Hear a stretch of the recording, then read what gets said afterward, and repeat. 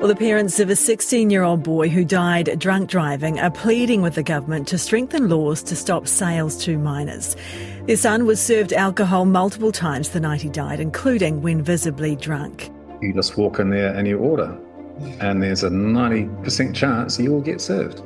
Hi, I'm Amanda Gillies, and today on The Detail, how do we stop underage Kiwi kids from buying alcohol with their debit cards? Does the law need to be changed or simply enforced? 16-year-old Silas Sims died after crashing his car in Warkworth, not long after buying alcohol in a bar and a bottle store with his ASB bank card. His grieving parents are now fighting for banks here to follow the moral lead of an Australian bank and block the credit and debit cards of under 18-year-olds from being accepted in bottle shops, nightclubs, bars, gambling sites and vape shops. I'm going to paraphrase something that Silas's father Ben said to me. He said there's another world in which Silas walked into the Matakana Liquor Centre, tried to buy the bottle of Jägermeister and was declined, and then went off with his mates to the beach, had a swim, came home later. That is an entirely plausible scenario. But instead, Silas was served, got drunk, drove and crashed, killing himself. There's no deterrence, really, to the outlets. As you can see in our case, there's a bit of a slap on the wrist, but there really is no deterrence. But our case was incredibly unusual. Like, according to the decision, it seemed like it was only the second time anyone had been hauled out for serving minors since 2003. Our case also only happened because we pushed for it. Today I talked to Silas's grieving parents, Ben and Sarah Sims, as well as journalist Rob Stock, who has been covering the story extensively for The Post. I'll start with Stock, who will outline how the tragic case unfolded on the night of July 19th last year. He was out with his friends in the Warkworth Matakana area, just near Auckland. And as young people do, made a few bad decisions, but he was just a teenage boy. He was served alcohol in 3 local businesses, and then he died at the wheel of his car. For his parents and for me, the events there appear to stand for any small rural town area in New Zealand where it seems just too easy for young people to get alcohol served to them by businesses. Yeah. And that's what I was going to ask, is how on earth does a 16-year-old buy alcohol? Did any of them ask for identification, check his identification, refuse to serve him? Well, that's the crux of it. Silas was a tall, muscular, good-looking lad, but that's not the point. Adults in charge of these businesses, adults serving in these businesses, have a legal duty to check IDs to make sure that they do not sell alcohol to underage people. That's simple as it is. They have to do that. And not one of them did? They all failed. That's right. And the result of this was that he was served with beers at 2 pubs and a 750 milliliter bottle of 35% proof Jägermeister from the Matakana Liquor Centre. Now, this led to his death, and it has led to the family, I think, having to fight quite hard to get the legal outcomes that you would expect after something like this. I want to get to that in a second, Rob, but I understand there was security footage of him buying the alcohol. How was he behaving? Did he look sober? Did he look drunk? There were several pieces of security footage. The first one, no, he didn't look drunk at all. That was the Matakana Liquor Centre where he bought the spirits. And no, he didn't. But he did look like a young man and an adult, an ordinary adult would have checked his ID. Towards the end of the evening, when he was in the Matakana village pub, he was stumbling. That was clear. That was observed by the judge who sat on a very lengthy hearing to decide what the penalties would be, the licence penalties would be for the businesses involved.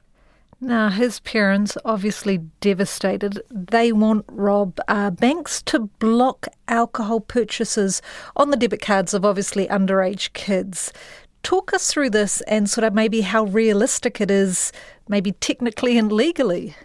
Well, yes, there is some small dispute around this, but from Silas's parents' point of view, Sarah and Ben, their view, and I share it, is that banks have a legal, they have a social obligation to parents when they provide payment cards to children. And that social obligation is that they should not be honouring payments in bottle shops and bars and vape stores. These are they're known as restricted merchants, and banks do know who they are. Their systems do flag them. Now, the banks say that this would be technically difficult to do. However, banks are big, sophisticated, incredibly profitable organisations. None of them have told me this is not possible. And indeed, other people working in financial services have told me it's eminently possible. It just takes a bit of investment. So, yes, possible. And the frustration of Silas's parents has driven them to take a petition to Parliament and to ask MPs to actually pass laws to force the banks to do this if they won't do it themselves. How many people signed that petition, and what was the reaction of, I understand it was Chris Pink received the petition? Yeah, and Chris Pink is he received it in good faith and took it forward, and obviously sympathises, because it's absolutely impossible not to. This was a failure to protect a young person who should be alive now. I can't recall how many people signed it. Probably, and ultimately, there is a question here as well. Fewer people will know about this than they should. Silas's parents actually asked the Petitions Committee of Parliament to actually do a public consultation on this. They figured that many people in society would actually have a view on this. Many people have children. Many people have had experiences with the sale of alcohol to underage people. But the Petitions Committee has decided that it doesn't need to hear from the public on this. So, yeah, I think that's a bit of a miss, really, from Parliament. I understand Australian banks have taken a sort of a moral stand on this, and they do it. Is that correct, Rob? Well, I know Westpac over there does it.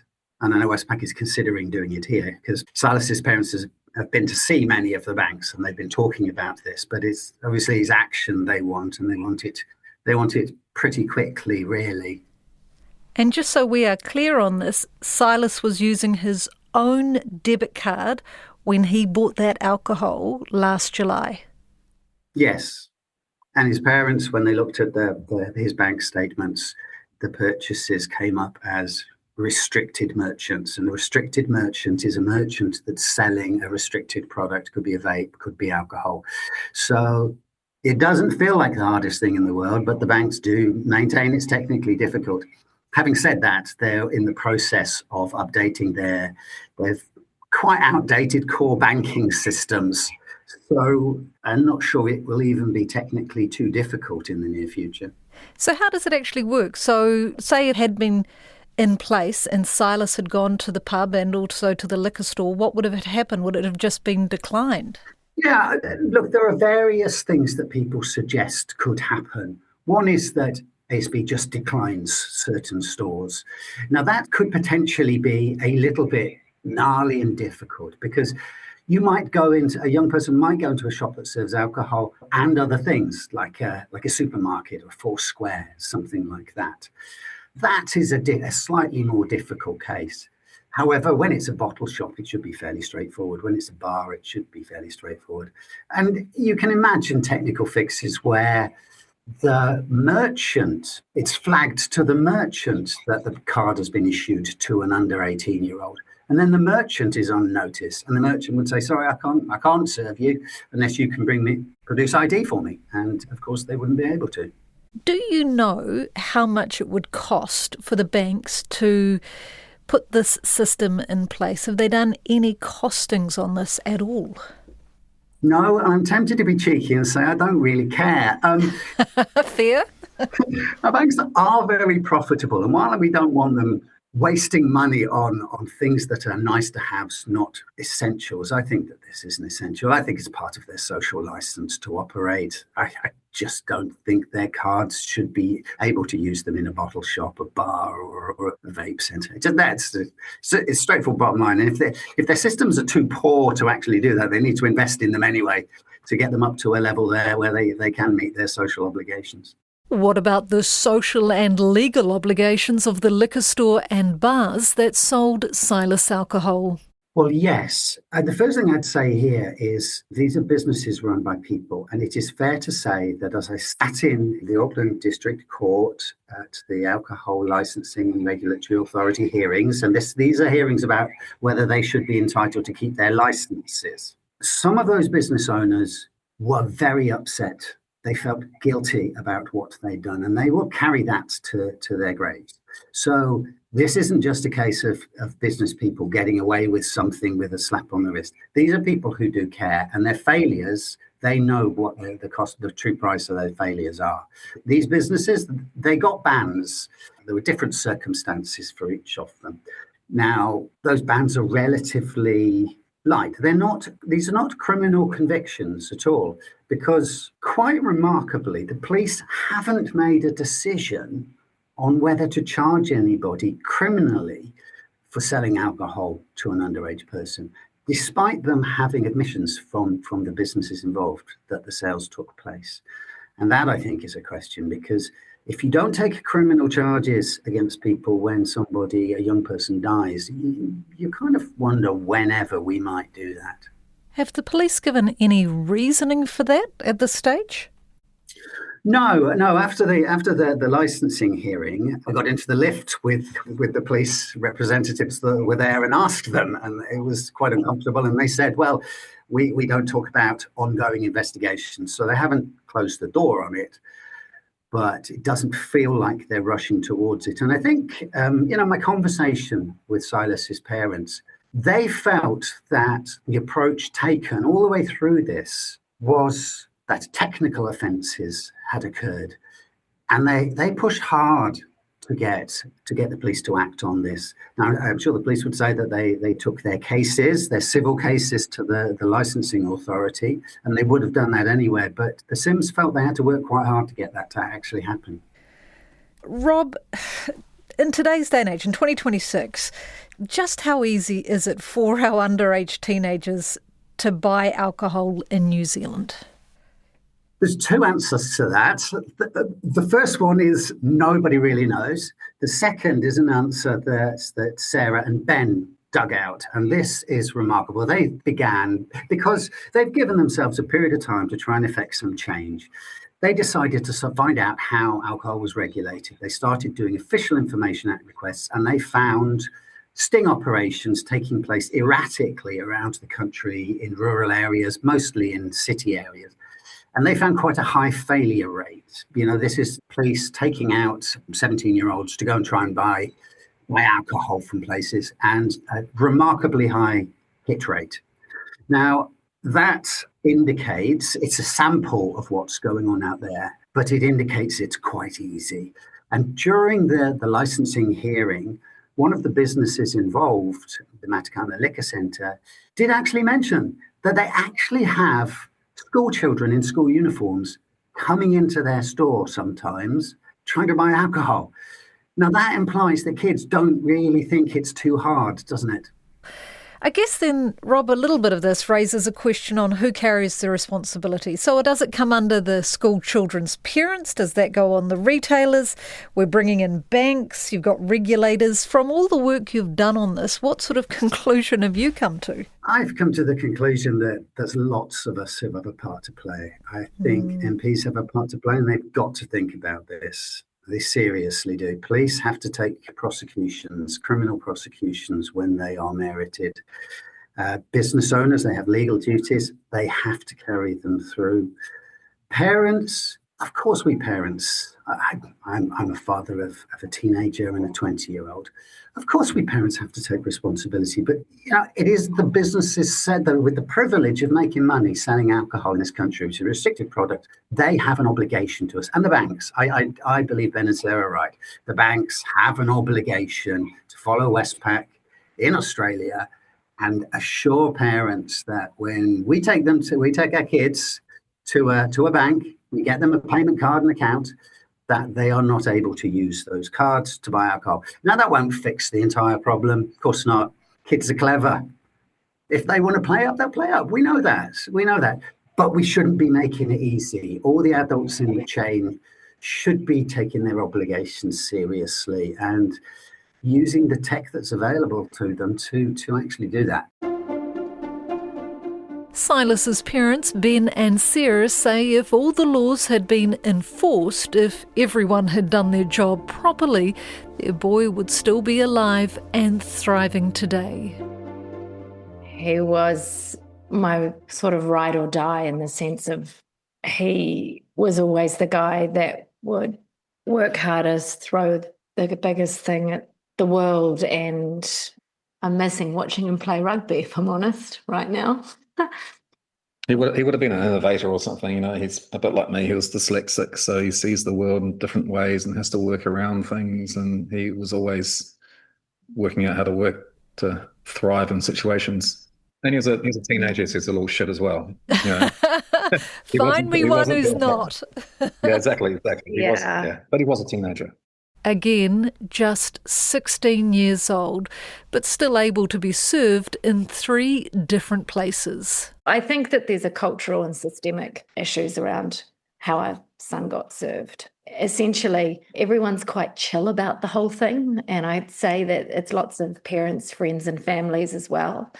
And I think that rolls over to our duty managers and our bar staff. And then I don't want to criticise the police, but probably even to the police and the judiciary and the liquor licence. It's all kind of like, oh yeah, they understand that it happens, but there seems to be a complete blind spot towards prosecuting it. Certainly there's no CPO. So if you have a 1 in 42-year chance, if you're a duty manager, of having a sting operation on you, and you have a 1 in 20-year chance of having a sting operation on a business, it's not surprising if 3 boys coming in wanting to spend money, you're going to take that money, right, and make the sale.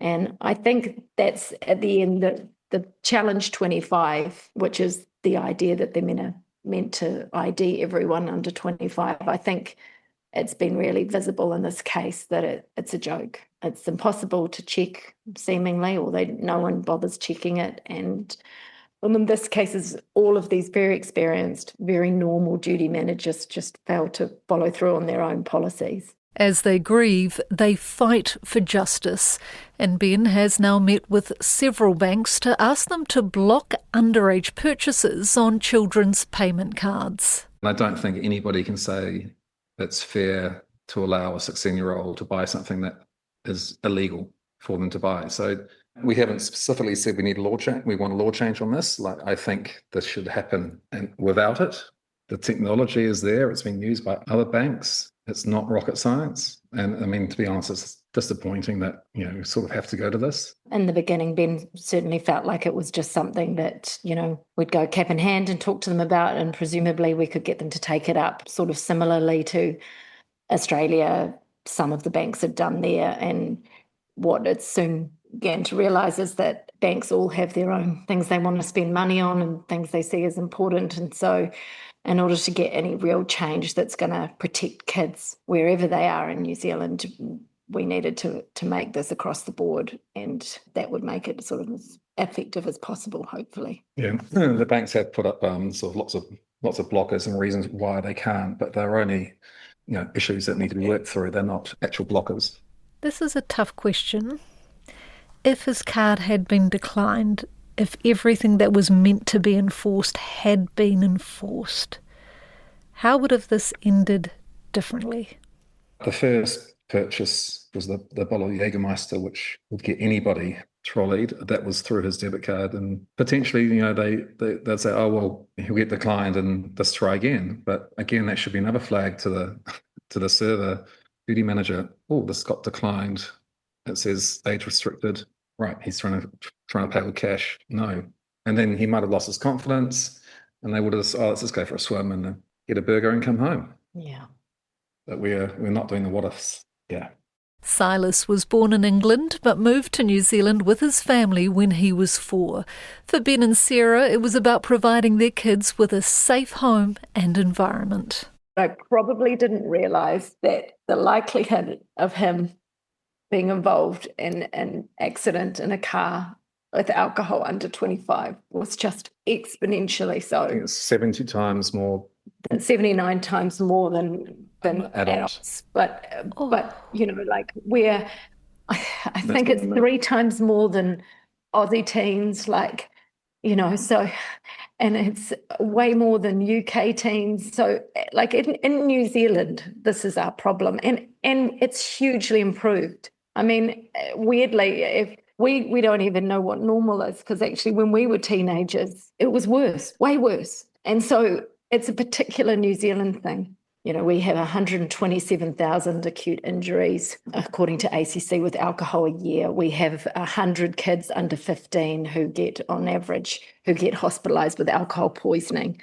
I think that these things are stuff that we can work on now, and like the idea of creating a way with the banks and stuff as basic is, I think it's just, no one has said that it's anything but stupidly sensible. And they have systems in place at the moment that could bring this up. Like Silas had purchased alcohol and vapes previously, and he's a minor. If I have my debit card or my credit card and I suddenly make a purchase from a 7-Eleven in Singapore, there's a high chance it could get blocked, and I'll get a ring saying, "Hey, are you in Singapore?"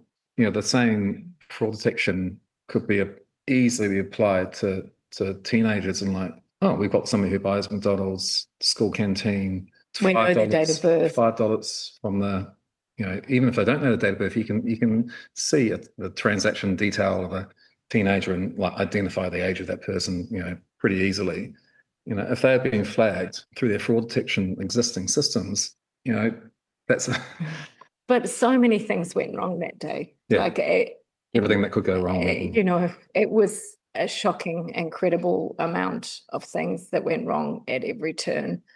The only blessing is, which is the first thing I asked the police when they rocked up on that Saturday night, just like the movies, like they knew before they opened their mouth what had happened. First thing I said was anybody else hurt? And that is the one saving grace, is he didn't kill somebody else, or there wasn't anybody else involved. That's That's it for today. The Detail is a newsroom production supported by RNZ and New Zealand On Air. Thank you to Rob Stock and to Ben and Sarah Sims for sharing their story. This episode was produced by Gwen McClure and engineered by Ali Marsden. I'm Amanda Gillies. Matua.